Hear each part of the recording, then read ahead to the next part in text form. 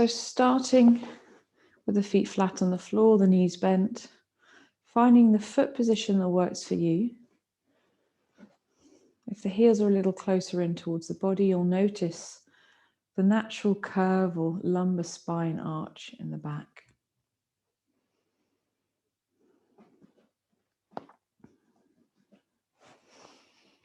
Making any final adjustments you feel you need to, just to ensure you're going to be comfortable for the next few minutes as we focus on our breath. The hands can rest either side of the body on the mat, on the floor beside you. Or the hands can come to the belly, which can be helpful to slowly focus the mind and find a sense of contact with the breath as the belly rises and falls.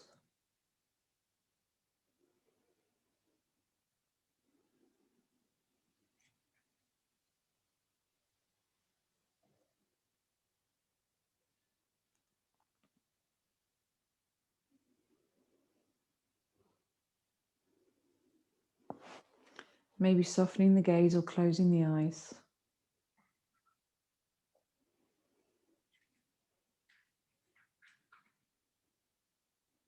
And beginning to notice your breath. So maybe you notice the cooler air as you breathe in, and the warmer air as the breath leaves the lungs as you breathe out.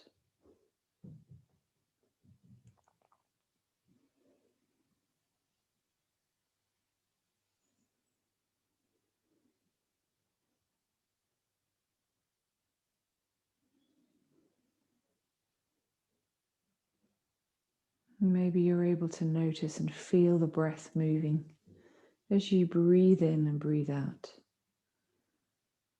The belly rising and falling.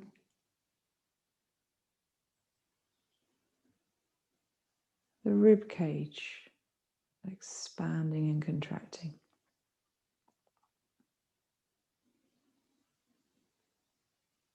Then you may feel some movement in the upper chest, around the collarbones.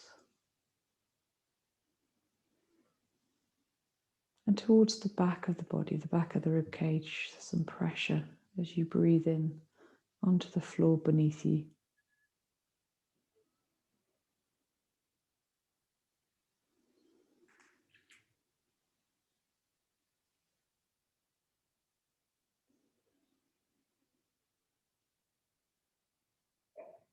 Beginning to expand the belly a little more if you can. So as we breathe in, belly rising, expanding.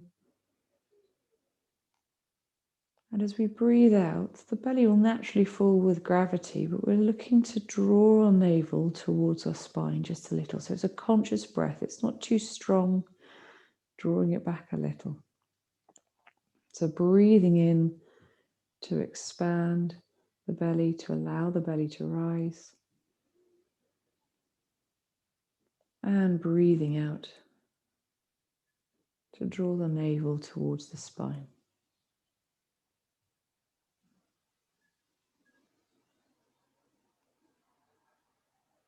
So this is a diaphragmatic breath, and all that means is the muscle, the diaphragm under the rib cage, which helps us breathe, is working, is switched on.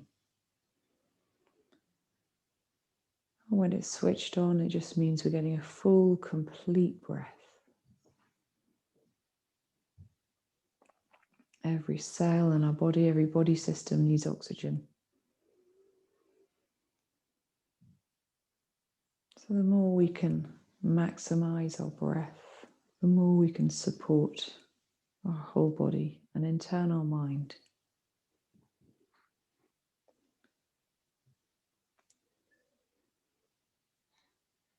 Breathing in to expand the belly and breathing out, allowing the belly to draw back.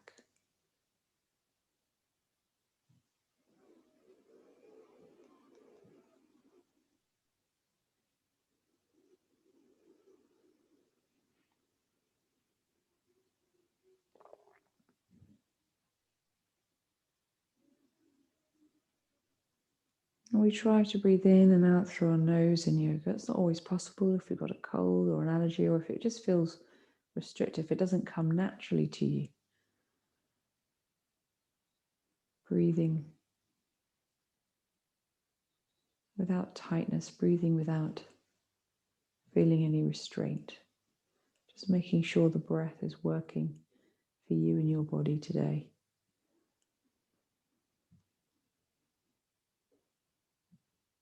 You may begin to notice as the belly rises and falls, the sense of the belly actually massaging the internal organs. So the beautiful thing about yoga is while we're stretching muscles and ligaments and fascia, we're also massaging internal organs. So as the belly rises and falls,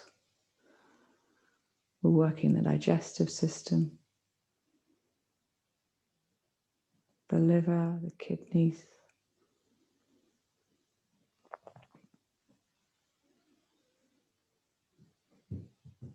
the urinary tract, and also massaging the heart.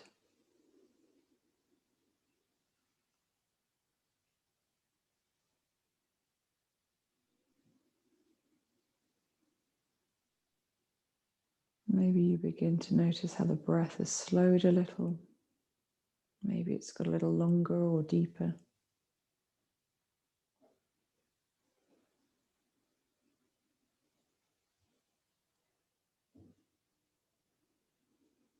I'm going to take 3 more breaths like this here.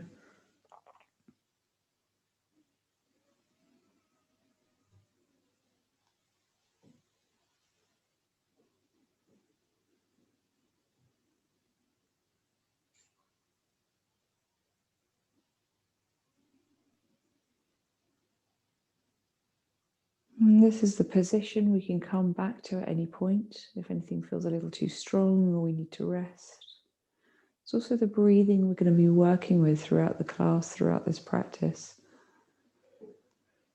So yoga teaches us to be conscious on our mat, present, which makes it a very mindful, meditative practice, always coming back to the breath. Gently going to draw the right knee in for a hug. You're welcome to keep the eyes closed if you had the eyes closed. And as we hug the right knee, you may want to point and flex the right toes. So in the mornings, our bodies are a little bit tighter. Hopefully had a good night's sleep, but also we've not had much movement yet this morning. So we'll be gentle as we begin to wake the body up. And you're welcome to take some circles through the ankles.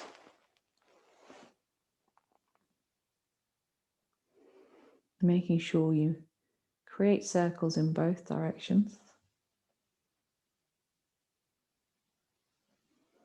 And we'll place the right foot back down on the floor and then draw the left knee in for a hug and work through those movements on the left-hand side. And you may already begin to notice a difference between the two sides. So our bodies are not made symmetrically. So our skeleton isn't symmetrical, but we find that we have a habitual or dominant side. And that side may feel a little bit tighter. Beginning to make some circles through the ankles, through the ankle.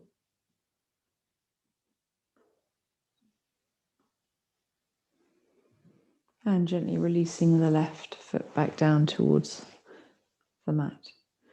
We're going to bring both knees in together. So this is Uttanasana, the knee hug, drawing the knees into the chest and gently letting go. So there's a sense we're massaging the lower back, but actually we're beginning to work with the muscles in the lower back, around the hips and the hip flexors as well. Nice rocking movement, drawing the knees in and gently letting them go.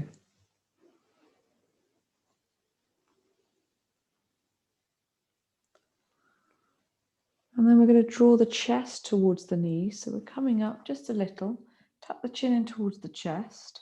It's a little tuck position. And we're going to take 3 breaths into the back of the body.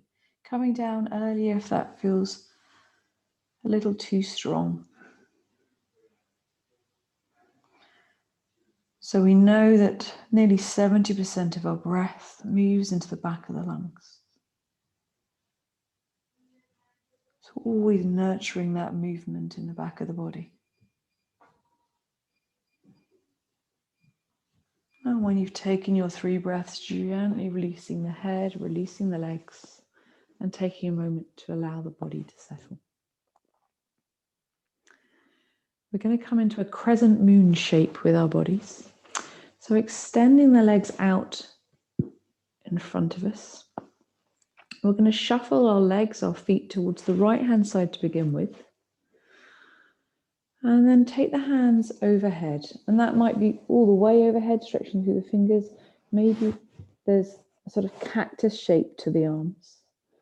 And then we shuffle the head and the arms towards the right-hand side as well. So we're making a sort of crescent moon shape with our body. Make sure you have a soft bend in the elbows. Making sure you feel as comfortable as you can whilst feeling a little bit of a stretch down the left side of the body. And what we're doing here is we're waking up the muscles in between each rib. So the rib cage muscles, which are called the intercostal muscles. So we don't often stretch these muscles in day-to-day life. Really important to look after them, because if we can bring some flexibility to the muscles around the rib cage, then we know we've got a bit more space for our breath. You're welcome to stretch through the left hand a little more. That's going to increase the stretch down the left side of the body, even maybe into the armpit.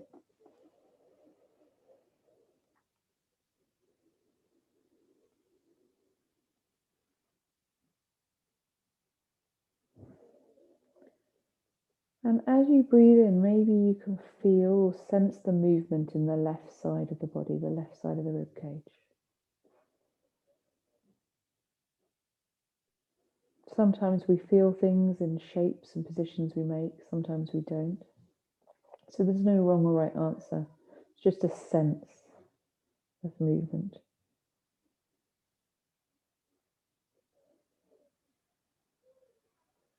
Slowly coming back, center, shuffling your head back, your legs back, and bringing the arms back down towards the body. Just allow them to rest, to settle for a moment. Having a sense that you're in a line again, and we'll move over to the other side. So we're now shuffling our feet towards the left-hand side, taking the hands overhead, always having a softness in the elbows, and then shuffling the head, shoulders towards the left. So making a crescent moon shape with your body on the other side. And maybe reaching through the right hand if you know you want a little bit more of a stretch down the right side of the body. You're always welcome to try reaching through and then just gently coming back. It can feel quite nice to try things, work out if the body feels happy. And if it doesn't, just pulling back a little.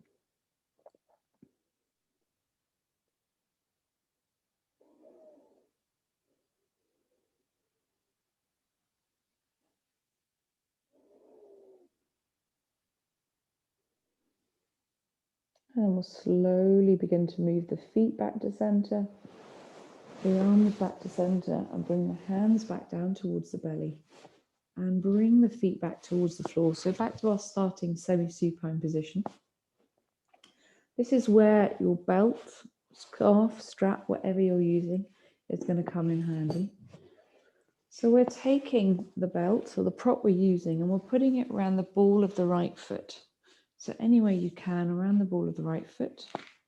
Left foot staying stable on the floor. And then we're reaching up with the right foot.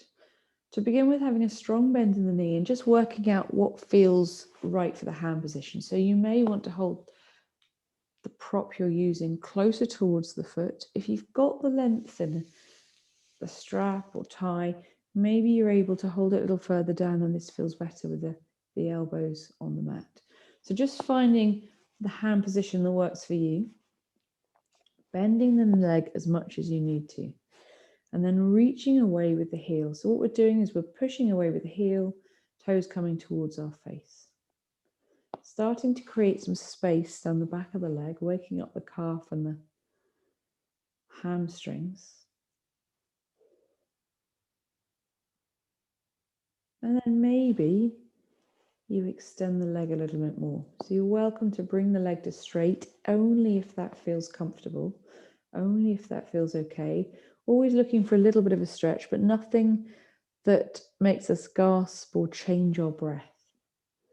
So coming back to the fluid breath we were working with at the beginning, making sure you can still breathe like that. And then wherever you are, imagining you're pushing away with the heel, but also with the base of the big toe. So as you push away with the base of the big toe, you may notice a bit of movement. And we're switching on the foot, the ankle. If the leg's shaking at any point or just feels a little too tight, bending the leg, coming back.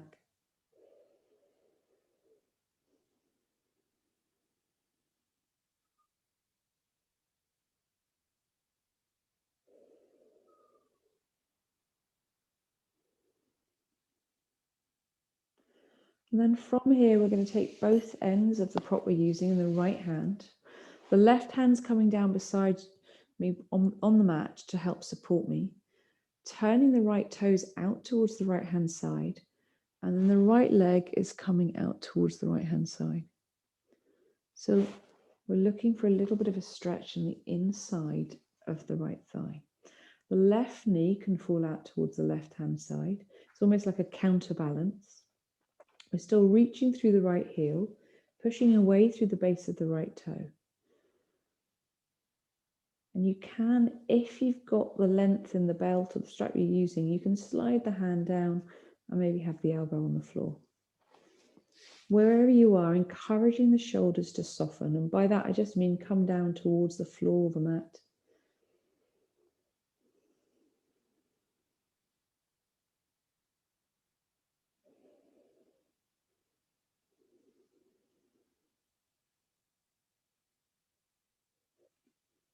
Breathing in, we're going to slowly come back to center.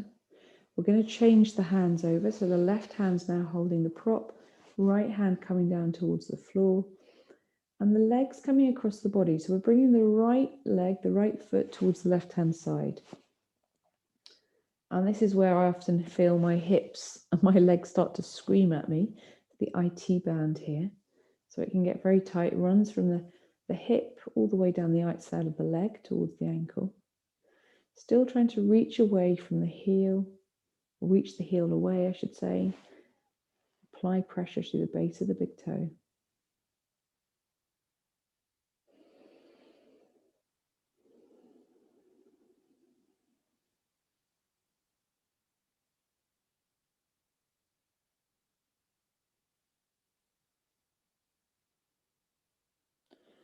Breathing in to come back to center.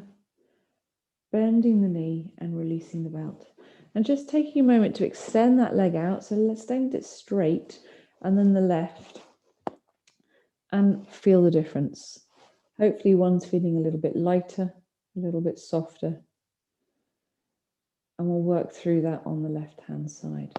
So bringing the feet back towards the mat, knees are bent, and placing the prop around the ball of the left foot.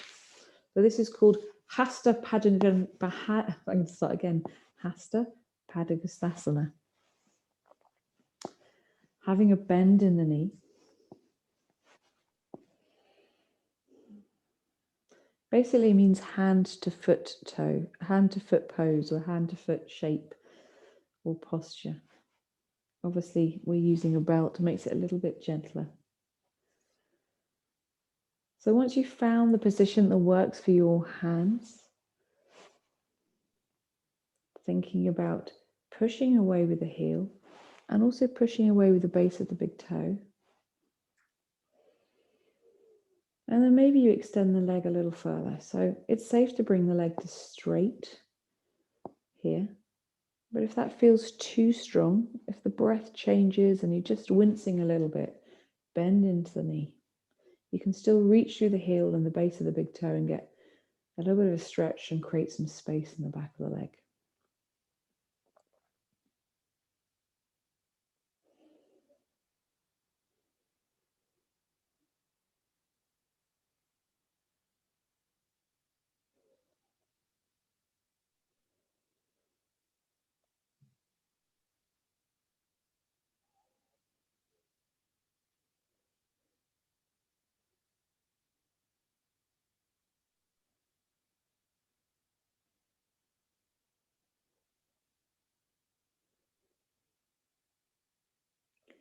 From here, we're going to take both ends of our prop in our left hand. Right hand's coming down towards the floor. We're turning the left toes out and the left foot's coming out towards the left hand side. The right knee can roll out towards the right as a counterbalance and only coming as far as feels comfortable for you. There can be a bend in the knee, maybe the leg is straight, reaching through the heel. And knowing if you've got the length in the strap, you can bring the elbow to rest on the floor. Always finding a position that works for you for the hands, making sure it's working for your body. Encourage a softness in the shoulders and the face.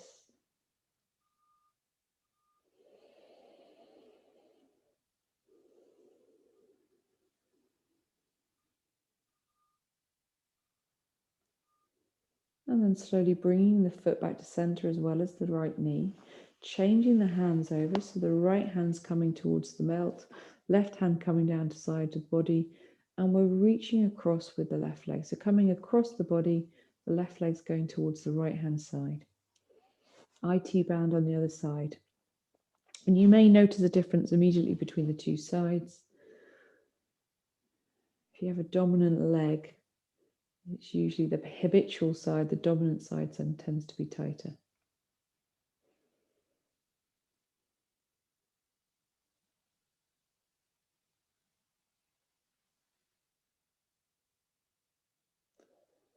Bringing the left foot slowly back up to center, bending into the knee. We'll unhook the strap, pop that out the way for now, and extend the left leg out along the floor. And the right leg can join it.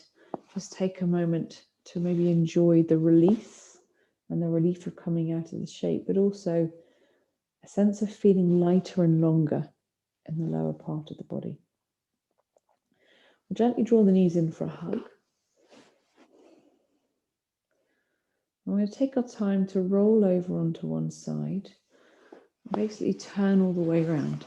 So we're going to come into an extended child's pose, and this is where you may need a little bit of support. So big toes are coming together, knees are wide apart. If this feels quite strong on the ankles, you can roll the mat up behind you. Anything, a blanket, something to support the ankles, that can feel really nice. But if the knees are feeling tight this morning, we know we can have a cushion, a blanket rolled, and have that placed behind the knees there. And that takes quite a lot of pressure off. It feels really quite comfy. So a couple of options there. Taking your time to work out what feels good for you once you've come into the position. And then we're slowly going to fold forwards, leading with the heart. And we're going to have the hands and the elbows on the mat this morning. So the forearms have come parallel. Elbows on the floor, roughly under shoulders. Hands and fingers spread. Encouraging the shoulders to move down away from the ears. And the head and neck is in line with the spine. And here we're going to come back to our breathing again. So breathing in. And breathing out from the nose, if that's possible, or through the nose. And just reconnecting with the breath we worked on to begin with.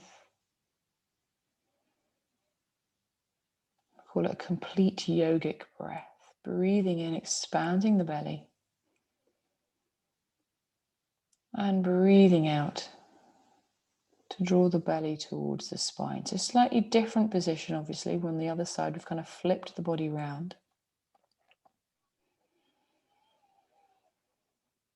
And just be inquisitive. Is there anything you notice that feels different in this position compared to lying on your back.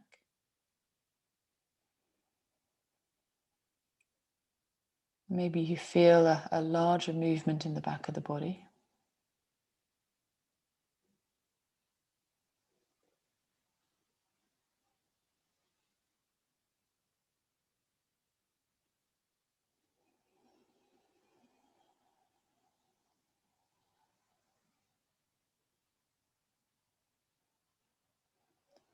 And then very slowly, gently padding the hands forwards, coming into an extended child's pose. If it feels too tight on the shoulders, you can drop the elbows, gazes towards the floor. You may have the flexibility to bring the forehead all the way down towards the mat. If you have a cushion or a pillow that you want to place under the forehead, that can also be supportive and feel really nice.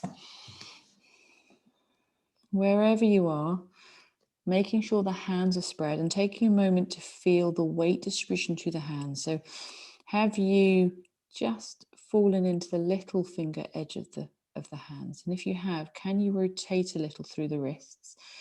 So you have a sense of the weight you have through the hands being even from the thumb through to the little finger. Once you're there, gently pressing into the pads of the fingers. And maybe you notice a little bit more length in the body.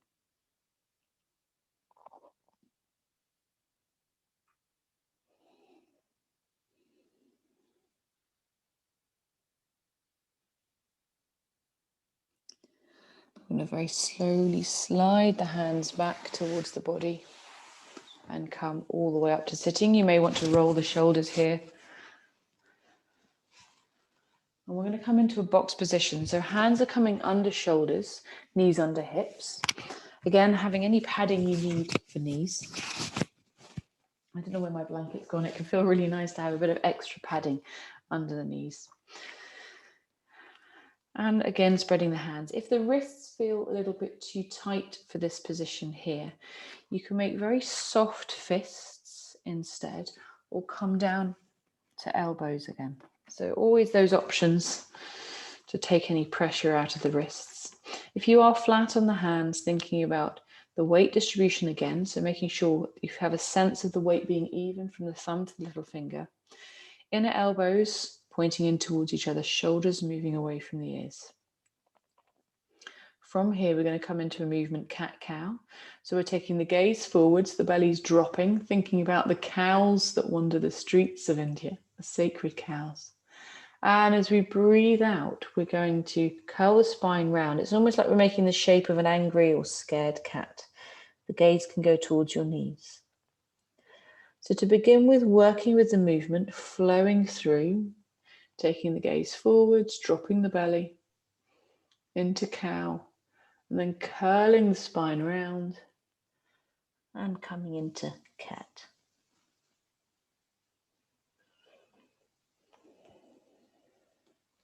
So this is where we begin to wake up the spine, create some space between each vertebra.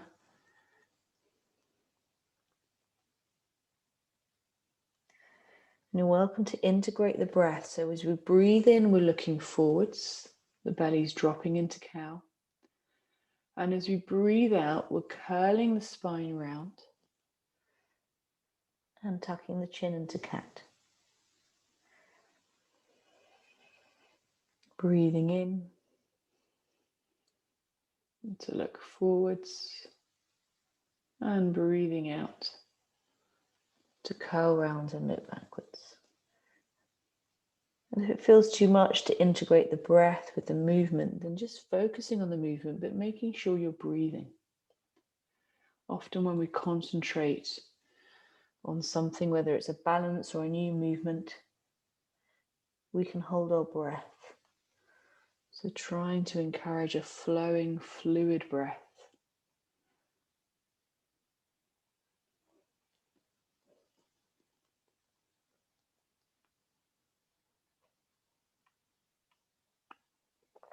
Taking one more round here in your own time. So always working with your own body. We always say it's our own individual yoga practice. So listening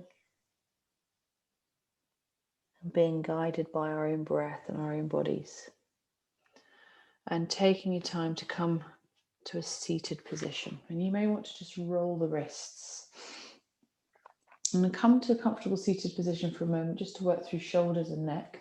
And I've got something to sit on here. You may want something to sit on. You may be fine without. A couple of cushions or pillows can feel really good. And you can come to a sitting cross-legged. Knees ideally about hip height or a little bit lower. Normally I'd have a little bit more height than this. Or maybe you prefer to sit kneeling. And if you are sitting kneeling, you may want to have the height under your glutes. So it can feel really nice. It takes the pressure off the knees. So actually I'm going to come to that this morning for me. It's going to work better for me. Finding length through the spine. Softening the shoulders, having the hands in the lap to begin with. And maybe tucking the chin. So just become aware if the head's sticking a little out. We tend to move our chin forwards into the future. So just bringing it back a little, dropping the chin a couple of centimeters. And from here, we'll bring the right ear towards the right shoulder. That might be enough for you here. You're welcome to bring the right hand and just encourage a little bit more of a stretch, being mindful and gentle with the neck and the shoulders always.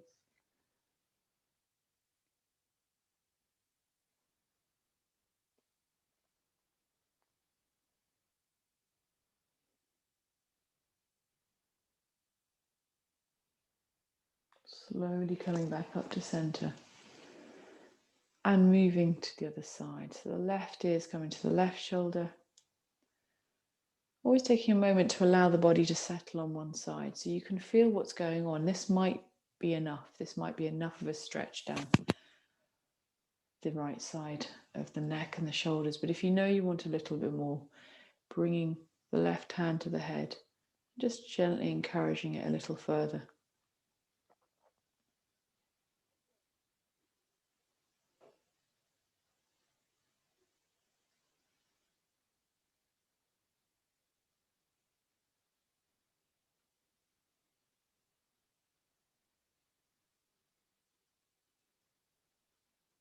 And slowly breathing in to come back to center and releasing the hand back down to the side of the body.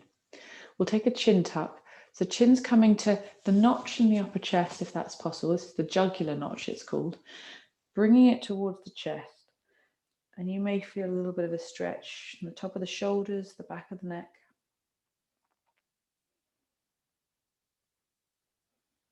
Following the breath. So as you breathe in, noticing the breath. As the rib cage expands.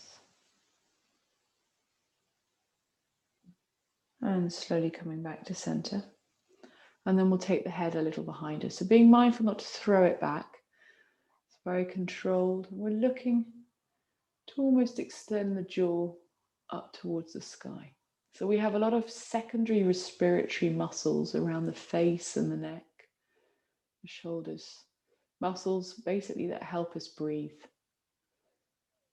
So important to look after all these muscles, to nurture our breath. And bringing the head back to center. And then a gentle twist. So we're taking the gaze towards the right shoulder. And once again, allow the body to settle, the neck to settle here. If it feels okay, maybe you look a little further behind you.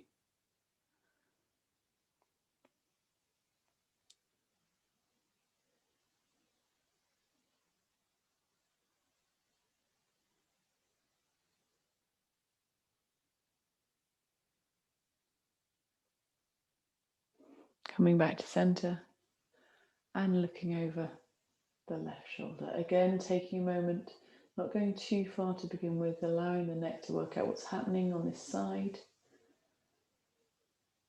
And then maybe taking the gaze a little further.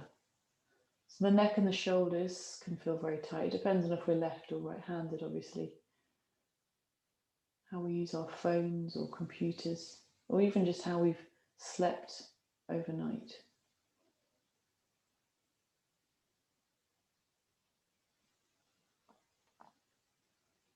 And slowly bringing the head back to center.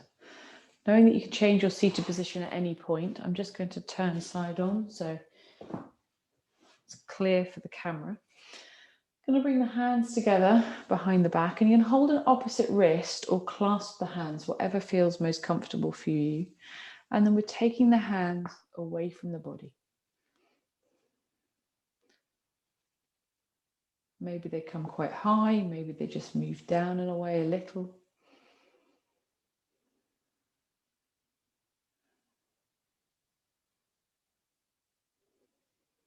Getting into the shoulder joints now before we come into a first downward facing dog. And slowly releasing the arms. If you're sitting on anything or using any props, just moving them out of the way. And we're going to set ourselves up for a first downward facing dog. So we come back into our box position that we were in earlier. And the hands are spread. So I always talk about the twisting motion of the spiraling motion of the arms. So the hands are spread and we're looking, it's like an internal rotation slightly here in the wrist. So the weight is even across the whole of the hand and the thumb. There'll be a natural lift through the center of the palm. And then the inner elbow is pointing in towards the other hand. But this shoulder has got to rotate the other way. So it's got to come away from the shoulders. And once you're in the position, it makes a little bit more sense.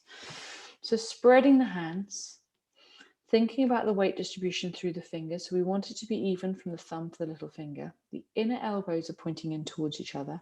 And then next comes the shoulders. The shoulders, if they're up by the ears, they're moving away from the ears. We're going to slowly tuck the toes and lift the glutes. And it's the sitting bones that lead. So the sitting bones here at the top of the leg, almost at the bottom of the buttocks. And they're leading. They are the top of our triangle in downward facing dog. So lifting through the sitting bones. Have a bend in the legs to begin with. And pushing through the hands, allowing the belly to move towards the thighs. Are you able to tuck the chin just a little bit?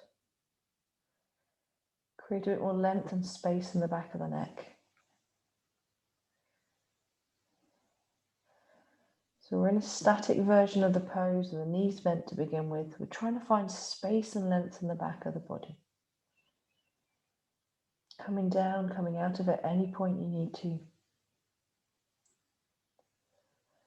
And then if you haven't already, gently dropping down to the knees. And then coming into a resting child's pose, Balasana. So traditionally it looks a little like this. Head can come to the floor. Maybe you have the hands under the forehead or a pillow or a block, something to support the head. We're tucked round. Using any support you need under the legs as well.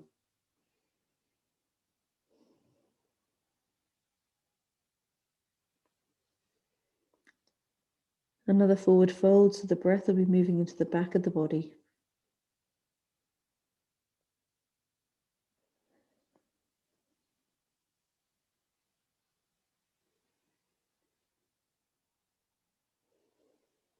And very slowly, mindfully coming back up to sitting. We'll come into another downward dog, and this time we're going to sort of pedal the feet. So setting up the arms again, hands, fingers spread. Inner elbows pointing in towards each other, shoulders moving away from the ears and coming into your downward facing dog. So tucking the toes, sitting bones leading. So the sitting bones are reaching up towards the sky. It's almost like we're pushing away with the hands. So you push into the hands, the belly moves towards the thighs, and that's what we've got, a lovely spacious long back. Tucking the chin, making sure the neck, the head's relaxed. Chin towards the chest. And then you can bring to a pedaling movement or pedaling action towards the legs and the feet. So bending one knee at a time. And so downward dog, you might have seen images of downward dog. There's a lot of them around. It's very much about the back of the body. So the legs, I always say the legs get in the way. The legs can be tight, the hamstrings can be tight. So a downward dog can be with bent knees. It's not about the heels coming towards the floor. It's very much about finding space in the back of the body. Length in the spine. pedaling the legs out just to create some more space in the back of the legs to make it a little bit easier, a little bit softer on the body, coming out at any point. And slowly coming down back into a resting pose or shape. And if Balasana, if child pose isn't for you, maybe lying on your back can feel really nice in that semi-supine position we began in. And refocusing on the breath.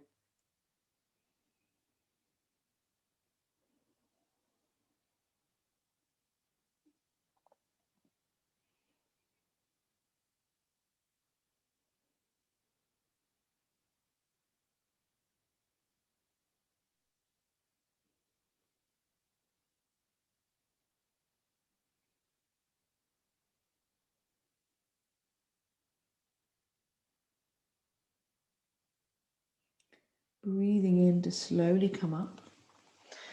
And we'll have one more time in downward facing dog. So setting it up for you as a reminder that there's no right or wrong way to practice yoga. It's got to feel right for the body, but often there's a safe way. So I like to describe the hand position quite a lot. I go through it quite a lot just to keep the wrists and the shoulders safe because our joints are our most vulnerable points in the body. So really thinking about spreading the hands, the fingers, keeping the weight even through the thumb to the little finger. Inner elbows pointing in towards each other and shoulders moving away from the ears.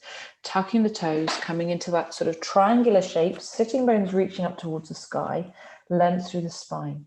And then here you can decide whether you come into stillness, so maybe you have a softness in the knee and come into stillness and downward dog, or maybe the body says, no, I still want to move a little bit. And you begin to pedal the feet. So deciding what feels right for you. Just making sure the head and neck feels relaxed. Chin can tuck in a little towards the upper chest. Pushing away with the hands so we have length in the back of the body.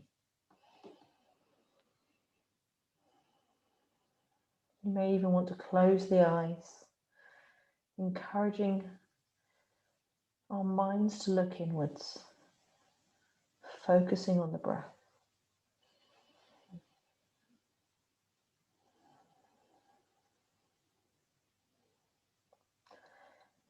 Coming out at any point, if you're able to, staying for 2 more breaths.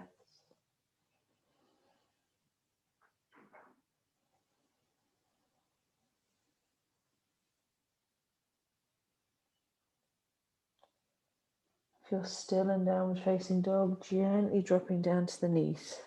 And instead of resting, we'll slowly release the shoulders. Take some large shoulder rolls. I'm incorporating my arms as well. And then changing directions.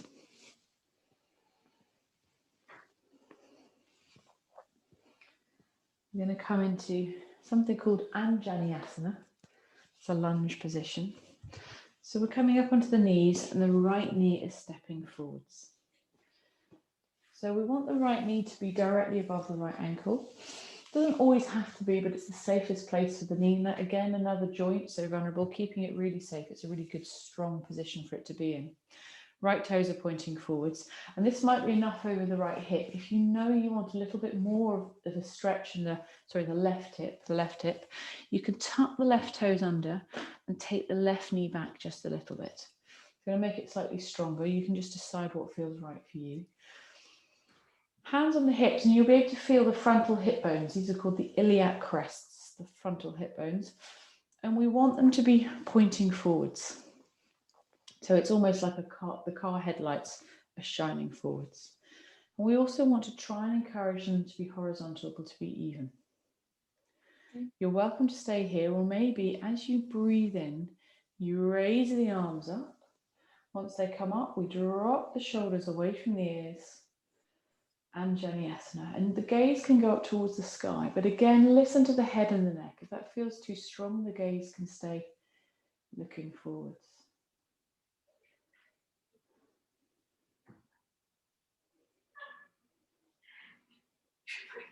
Breathing into the rib cage, breathing into the lungs.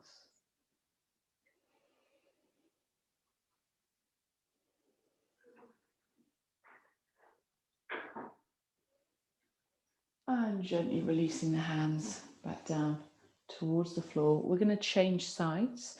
So take your time, coming back into almost a box position, stepping the left foot forwards. The left toes are pointing forwards. Left knee is above the left ankle.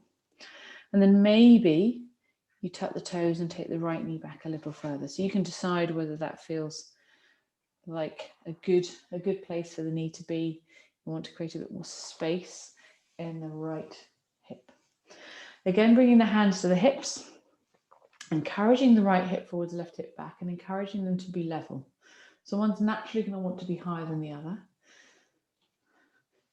It's not absolute, it's just making sure it feels right for your body. Softening the shoulders. Maybe the hands stay here, maybe they raise up towards the sky, and the gaze follows. Again, listening to the neck and the head.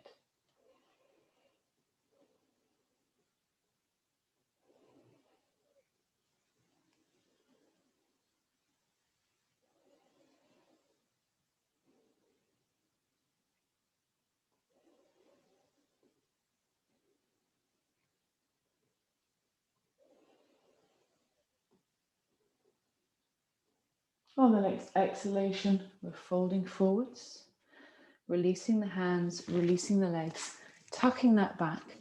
And we're going to come up to standing just for a couple of shapes. So making your way up to standing. And we're going to come into a forward fold, Uttanasana. So it's taught lots of different ways. The feet can be together, the feet can be hip distance apart. For me personally, I like to practice at hip distance apart. So just take a moment to see what feels right for you. If the feet coming together feels really lovely and stable, then you can stay with that. Maybe the feet come about hip distance apart. So just taking a moment to see what feels right for your body. We've always got a softness in the knees. So when we straighten the legs, we want to avoid them locking. There's always a micro bend there. And then as you look at the feet are parallel. We'll take a moment, lift the toes, spread the toes, place the toes back down towards the mat and lift them again. Trying to do a bit of toe yoga at this point. And gently place them back down. And this time just lift the big toe, place the big toe down. This time, can you just lift the little toe? This is where my hands start trying to do it for my toes and place them down. One last time, we'll lift all the toes and spread the toes. And just take a moment to notice the contact you have through the soles of the feet. So you'll notice as the toes are lifted, it's almost like the legs are engaged, they're a bit more active. And you'll have points of contact through the feet. As you spread the toes and place them back down, can you keep those same points of contact active? It's difficult, it doesn't come easily. We want to imagine we've got something in between the thighs we're grabbing. So maybe you imagine a balloon or a yoga block, gripping the inner thighs there. And then finding again a sense of balance through the hips, through the spine, length through the spine. So we've got length all the way to the crown of the head. So it's almost like somebody is pulling us up from the crown of the head. There's length here. May even be a bit more of a lift around the chest and the sternum. Hands come to the side of the body, fingertips reaching down towards the mat. Tadasana, our mountain pose. So you can maybe visualize a mountain. They're strong, they're stable, grounded. And hopefully that's how you feel in your version of Tadasana. We're going to breathe in and reach up towards the sky. The gaze can follow if the neck's happy. And then we're going to fold forwards as we breathe out. We're leading with the heart. So that's always the heart coming down first. So that means we are folding from the hips. Bending into the knees as much as you need to. Hands can maybe rest on the floor if they get there, or you can hold opposite elbows. That can feel really nice. Tucking the chin in towards the chest. Once you're in your forward fold, soften the shoulders away from the ears. Shoulder blades are drawing down the back, so away from the ears. And is your weight even over both feet? So often we rock back into heels, that makes it a little bit easier. Can you keep the weight even, the feet engaged? And the gaze, if your eyes are open, you're looking behind you or towards your knees. Welcome to close the eyes.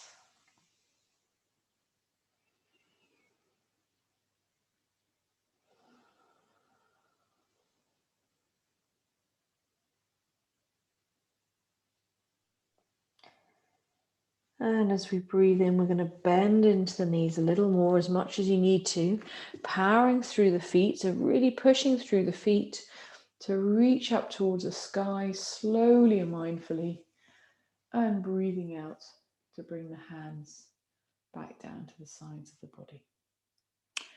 We'll come into a wide-legged forward fold before we come all the way back down again.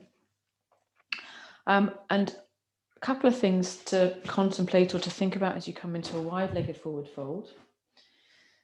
First one, and you may want to play, you can go quite wide, but we want to have a sense that the feet still feel stable. So as soon as I go much wider, I don't feel I've got much control.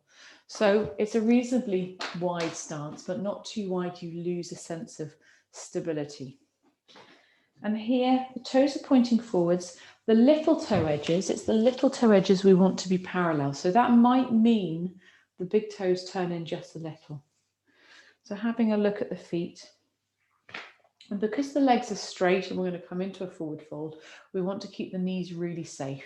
So here we are engaging the quads, the muscles at the front of the thighs. So allow yourself just to be, and then turn these quadriceps on by tensing them.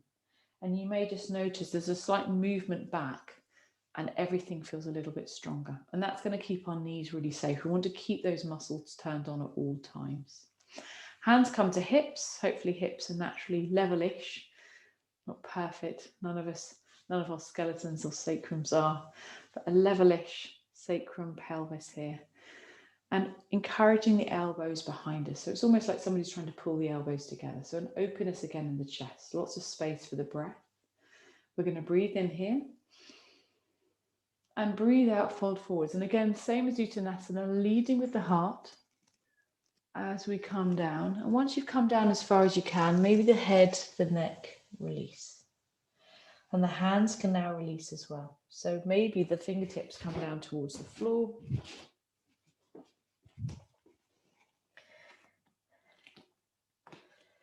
Maybe you hold opposite elbows. Just check in with the quads, make sure those muscles are keeping the knees safe, they're turned on. Gently tucking the chin to bring some space to the back of the neck, and the shoulders are away from the ears. There's lots of space for the neck and therefore for the breath.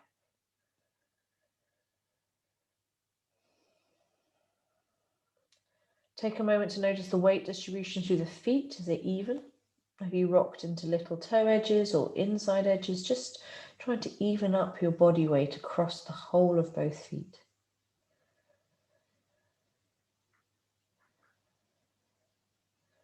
You're welcome to stay here, or maybe you take the hands behind your back. You can clasp the hands and reach them away from you. So reaching them up towards the sky.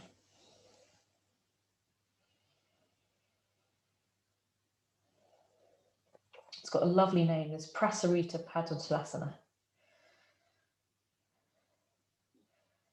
You're welcome to close the eyes, but just notice again what's happening. We have a change of perspective in the inversions. Inversions basically meaning sort of turning ourselves upside down. So a little bit like a headstand or a handstand.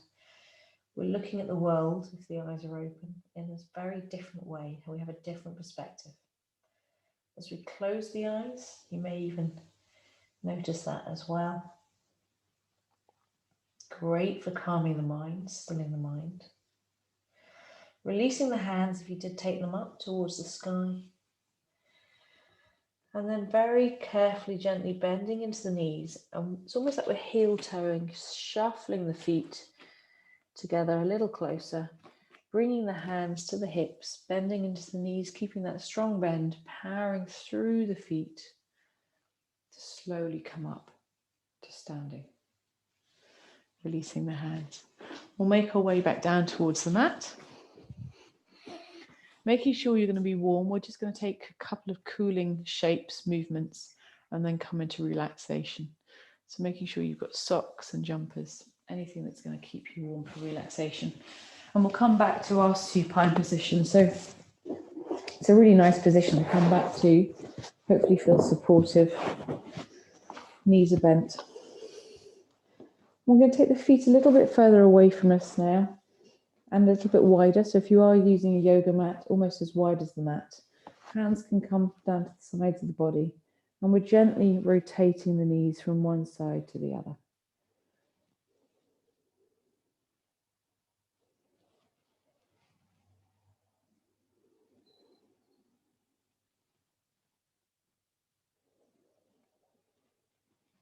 Keeping the breath flowing.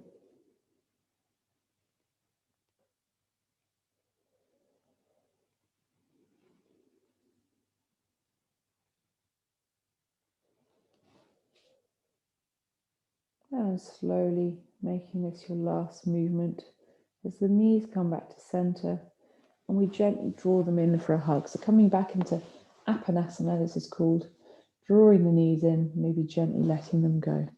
So massaging the lower back. And you may want to take some circles with the knees in one direction and then the other.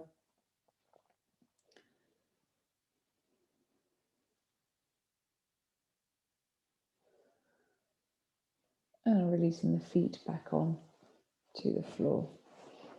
So the traditional relaxation pose obviously is Shavasana. So we extend the legs out and the palms come to face the sky, hands lying or resting by the sides of the body. This can feel lovely. It's not for everyone. Something that can really help the lower back if that's feeling a little niggly or sore is something under the knees. So you can roll a blanket or have a couple of cushions under the knees. I've just propped my knees up, and with that support that can feel really restful. If it feels better just to come back to the semi-supine position, please do come back to that, or any other resting position that works for you, that you know you feel comfortable in. The main thing here is to make sure you stay warm.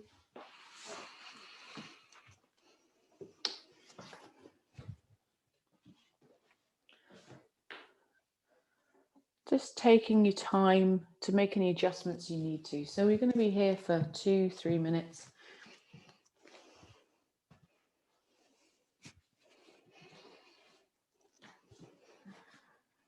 Just taking your time to allow the body to settle.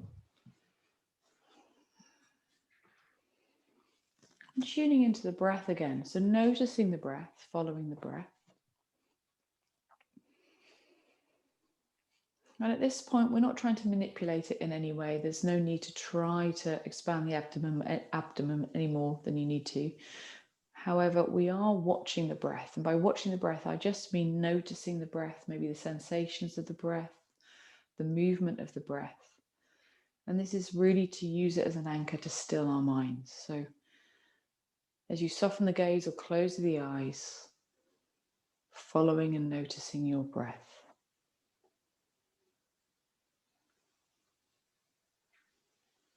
As the body becomes to settle,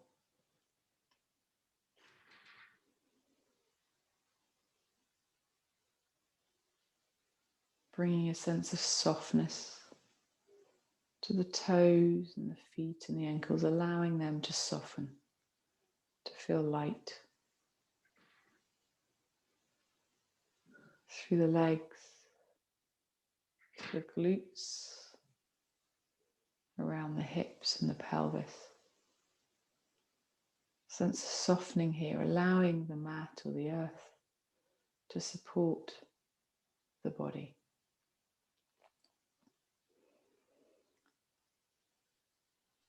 Encouraging the shoulders to soften, to release. The hands, the fingers to feel light.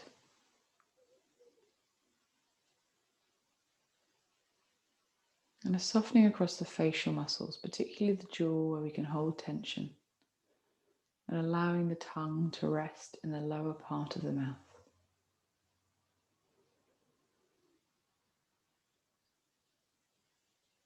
Following the breath in and following the breath out.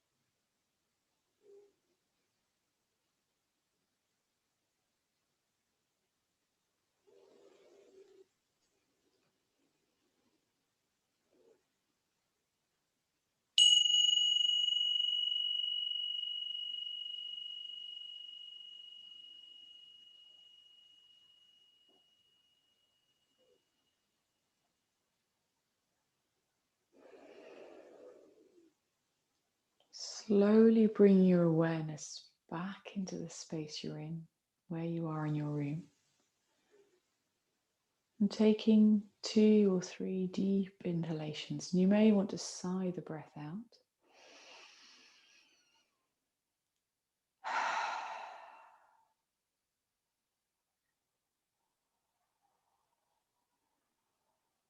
Bringing movement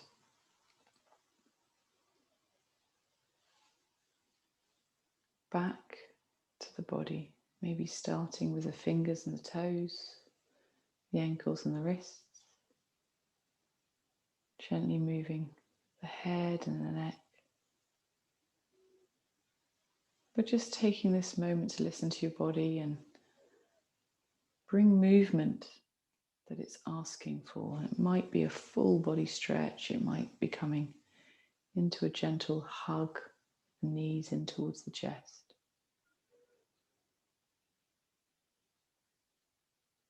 And eventually rolling over onto one side, your preferred side, using an arm to support the head and staying in that curled up, almost fetal position for a few moments. Feeling supported, hopefully feeling rested.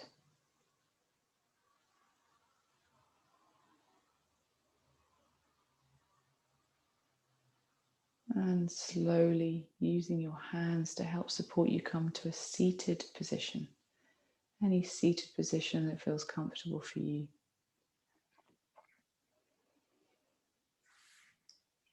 Creating length again through the spine. So looking for length all the way to the crown of the head. Softening in the shoulders, however you're sitting. And maybe softening the gaze or closing the eyes.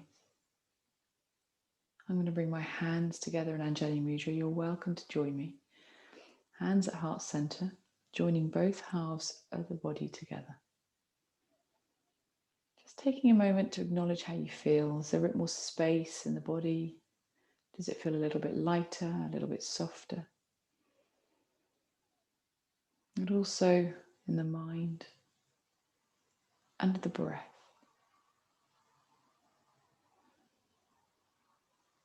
I'm going to take my hands up to my forehead to remind us of kind thoughts, to my lips for kind words, and back down to my heart center for kind actions. Om Shanti.